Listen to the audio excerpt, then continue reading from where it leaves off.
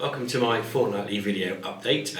We've seen an improvement in the weather. It seems like there's the first signs of spring. We've seen some buds developing around the school site, I'm sure you have at home, and that just makes everyone feel a little bit better, so I'm hopefully that you're feeling well and spring-like at the moment. As we see new life come out of the ground in terms of nature, that makes me remind to tell you about the new build. The update there is that's still going ahead. We're going to planning permission very shortly. We have a meeting with BAM, our contractors, this afternoon to finalise our temporary accommodation solution and then finalise some timelines, and obviously I'll report that back to you as soon as I've got information. And linked to that, thank you for those parents who contributed to the rebranding survey we did. We will feed that back in terms of the changes or not to the name of the school and the uniform, as that's part of a wider rebranding conversation. But as soon as we've got some more information about that, we'll feed that back to you. Thank you for your support in our key school priority of improving attendance. We have seen significant improvements, particularly in years 7, 8 and 11. Years 9 and 10 just lagging a little bit behind, but in all years we've seen some improvements, and that's down to you as parents and us as school working together to support young people to be in school. If they're slightly poorly, please send them in. If they're a little bit anxious about coming to school, please encourage them to come in and contact us and work with us.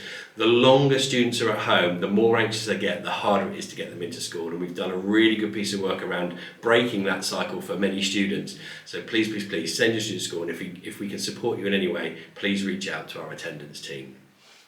This week sees World Book Day on Thursday, an exciting day in school. It's part of our wider literacy strategy, which again is another one of our key focuses. You know that we do tutor group reading, that we do accelerated reading, the students have library lessons, reading is part of many lessons, and this gives us a chance to celebrate all things literacy. So whether that is celebrating the life of key authors or looking at key texts or different types of genres of books, the day will be full of different activities for students, staff and students dressing up in their favourite characters from books if they wish to. It's not a non-uniform day, there have to be characters from books. And activities such as word searches and book searches around libraries, really trying to encourage the students to get that love of reading, that reading for pleasure. We want them to read more widely than just in school.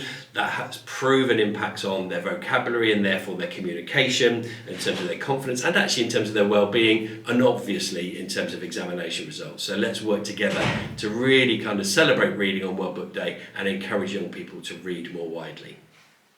We have the majority of our Year 10 students out this week on work experience placements.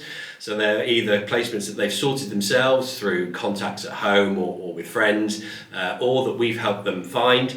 And that's a really important week in their development. I can remember my own work experience from Year 10, and I went to a primary school, and it convinced me that I did not want to be a primary school teacher and actually wanted to be a secondary school teacher, and here I am. So work experience can be really powerful in kind of shaping the future career aspirations of our young people, or actually making them rethink their career choice. So we wish them well and can't wait to hear some of the stories when they come back next week.